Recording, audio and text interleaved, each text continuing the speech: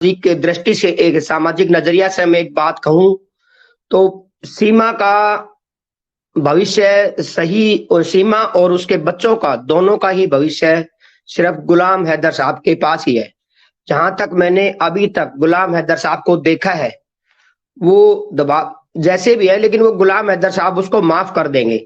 लेकिन ये आप भी जानते हैं, भली भांति मैं भी जानता हूं कि सीमा को कहीं न कहीं अब उनको, सीमा को गलती का एहसास हो चुका है।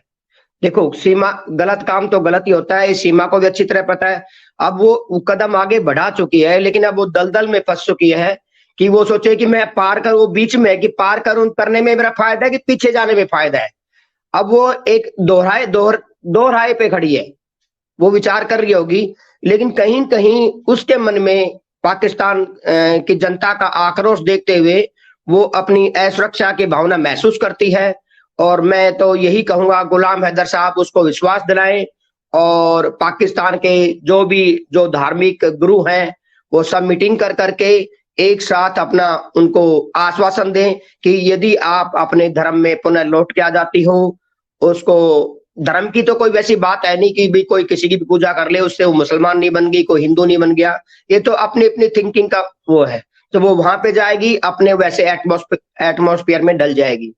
तो मैं ये कह रहा हूं, अगर पाकिस्तान के बड़े से बड़े लोग, जो धार्मिक गुरु हैं, वो सीमा को विश्वास दिलाएं कि आप आ जाओ, आपका बाल विवाह का नहीं होगा, आपको मारा नहीं जाएगा, आपको कोई ऐसी, आपके साथ कोई बदसलूकी या कोई बुरा व्यवहार नहीं किया जाएगा, तो सीमा शायद सोच सकती है। अब वो दिल में तो सीमा सोच रही होगी, जहां तक मेरा मानना है कि भाई उसको वापस जाने में फायदा है, उससे कहीं न कहीं गलती हो गई है। लेकिन अब वो वापस किस मुंह से जाए? उसने गलती इतनी बड़ी कर दी है, तो शायद सबसे बड़ी बाधा सीमा के वापस जाने में ये आएगी, और वो साफ इनकार करेगी कि मुझे तो यहीं रहना है। क्योंकि उसको कहीं न कहीं, देखो, ये डर है कि मेरे को मार डालेंगे, मेरे साथ बुरा व्यवहार करेंगे, ये करेंगे, वो करेंगे। और इंडिया के लोगों का भी यही मानना है, इंडिया की जो जनता है, जैसा देख रही है, एक भी उसने हमारा सामाजिक जो ताना बाना है उसको तोड़ा है।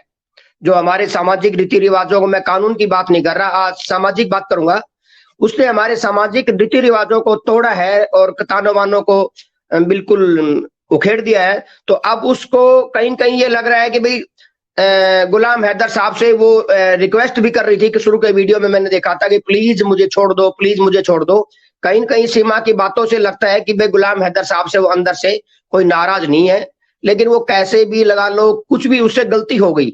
तो अब मैं पाकिस्तान के जो बड़े से बड़े मौलाना धर्मगुरु उसको माफ कर दें और उसको पक्का आश्वासन दें, तो सीमा को वापस जाने में ही फायदा है, बच्चों के समेत। अकेले बच्चे जाएंगे तो गुलाम हैदर साहब को भी दिक्कत होगी, और बच्चों के लिए ही गुलाम हैदर साहब को समझौता करना पड़ेगा और सीमा को माफ करना पड़ेगा। और दूसरा, मैं एक और इम्पोर्टेंट बात कहना चाहता हूं कि गुलाम हैदर साहब से मैं हाथ जोड़ के अपील करना चाहता हूं कि प्लीज, आप चुनाव नहीं लड़ रहे, आपका कोई ऐसा पॉलिटिकल, आप तो जैसे एक ऐसा पॉलिटिकल एजेंडा चला रहे, एक वेंडेटा होता है कि इसने ऐसे कर दिया तो उसने ऐसे कर दिया। तो मैं तो ये कहता हूं, पाकिस्तान के छोटे से छोटे चैनल पर भी जाकर के अपनी बात को आपको आवाज उठाना चाहिए। और जब कोई भी बात सामाजिक स्तर पे उठती है तो कभी न कभी पाकिस्तान की गवर्नमेंट के कानों में और इंडिया की गवर्नमेंट के कानों में आपके शब्द जरूर जाएंगे। लेकिन मैं, हैदर साहब, आपसे मैं दिन में भी मैंने आपसे बात करने की कोशिश करी, लेकिन आपने हमारा फोन रिसीव नहीं किया। मैंने आपको मैसेज भी किया, मैंने ये सोचा, मैंने आपको उर्दू में भी मैसेज किया लिख करके कि ताकि आप समझ सके, लेकिन आपने हमारा फोन नहीं उठाया। और आपसे हाथ जोड़ के दरख्वास्त है, एक बार फोन उठाएं। हम आपको बताना चाहते हैं कि भाई, आपका फायदा केवल पाकिस्तान के सभी पत्रकार भाइयों से संपर्क करके अपनी आवाज को बुलंद करें, अपनी आवाज को ऊंचा ले जाएं, और किसी एक ही चैनल पर जाकर के, इससे क्या होता है कि दूसरों, जो पाकिस्तान के जो दूसरे आदमी है, जो जो 6 महीने से आपके साथ थे, और कोई अभी नया 1 महीने से आया है और आप उनकी बातों में आए हुए हैं, या उनकी ऐसा कोई पॉलिटिकल इशू ना बनाए, इसको एक सामाजिक तरीके से लेके चले और सभी से बात करें, सभी से वार्तालाप करें, चाहे इंडिया में हो चाहे कोई पाकिस्तान में हो। तो ये जैसे मैं ऑन ये तो क्योंकि आपका चैनल है, अगर मैं आपका नाम लूंगा तो सोचेंगे लोग नाम क्यों ले रहे हैं, लेकिन जहां तक मैंने अभी तक आपको देखा है, आपने आज तक ना सीमा को गाली दिया है ना एपी सिंह को गाली दिया है। ये मुझे बहुत पसंद है। और ये आप एक एडवोकेट की तरह बात कर रहे हैं, जैसे हमारे लोकेंद्र साहब बात करते हैं। आप सिर्फ कानूनी विषयों पे ही बात करते हैं, आप लीगल दांव पेच पे ही बात करते हैं, आप अननेसेसरी बात को करते मैंने आपको कभी नहीं देखा है। तो मैं गुलाम हैदर साहब से कहना चाहूंगा, प्लीज सामाजिक दृष्टि से देखते हुए पाकिस्तान के सभी चैनलों पे आप आए और अपनी आवाज को इन पाकिस्तान के मीडिया कर्मियों द्वारा सरकार के कानों तक पहुंचाए। बिल्कुल सही बात है कुमार साहब, जो आपने बात की, मैं बिल्कुल आपकी बात से एग्री करता हूँ। मैं थोड़ा सा सीमा हैदर के बारे में बात करूंगा। देखें, पाकिस्तान में ना खवातीन, ये बिल्कुल एक गलत इंप्रेशन दिया जा रहा है कि पाकिस्तान में शायद मुल्ला है तो वो बहुत ज्यादा।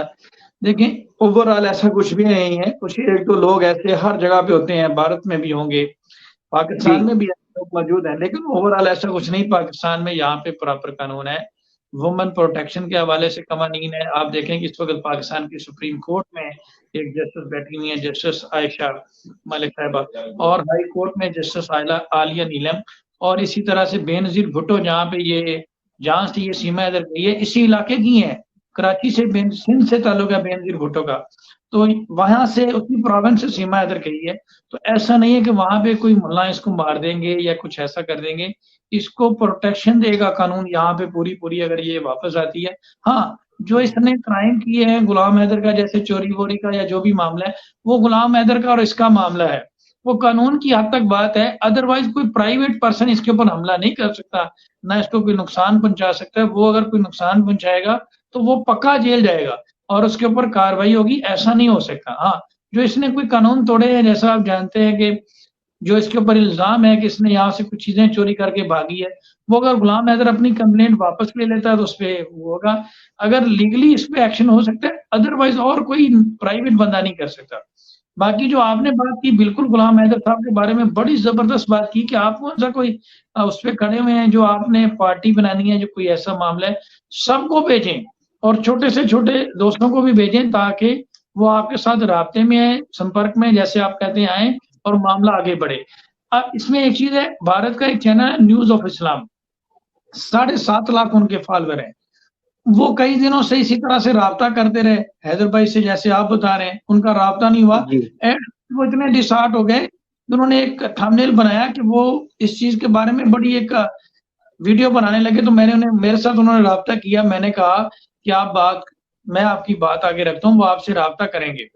तो वो उन्होंने फिर भी कॉन्टेक्ट नहीं किया हैदर साहब ने उनके साथ। तो इस तरह की चीजों से थोड़ा इश्यू बन जाता है। इस पे अब शायद भाई ने उनको समझाया, उम्मीद है कि आने वाले वक्त में इस चीज के ऊपर थोड़ा ओवरकम किया जाएगा। और यही है कि इस वक्त उन्हें सपोर्ट की जरूरत है।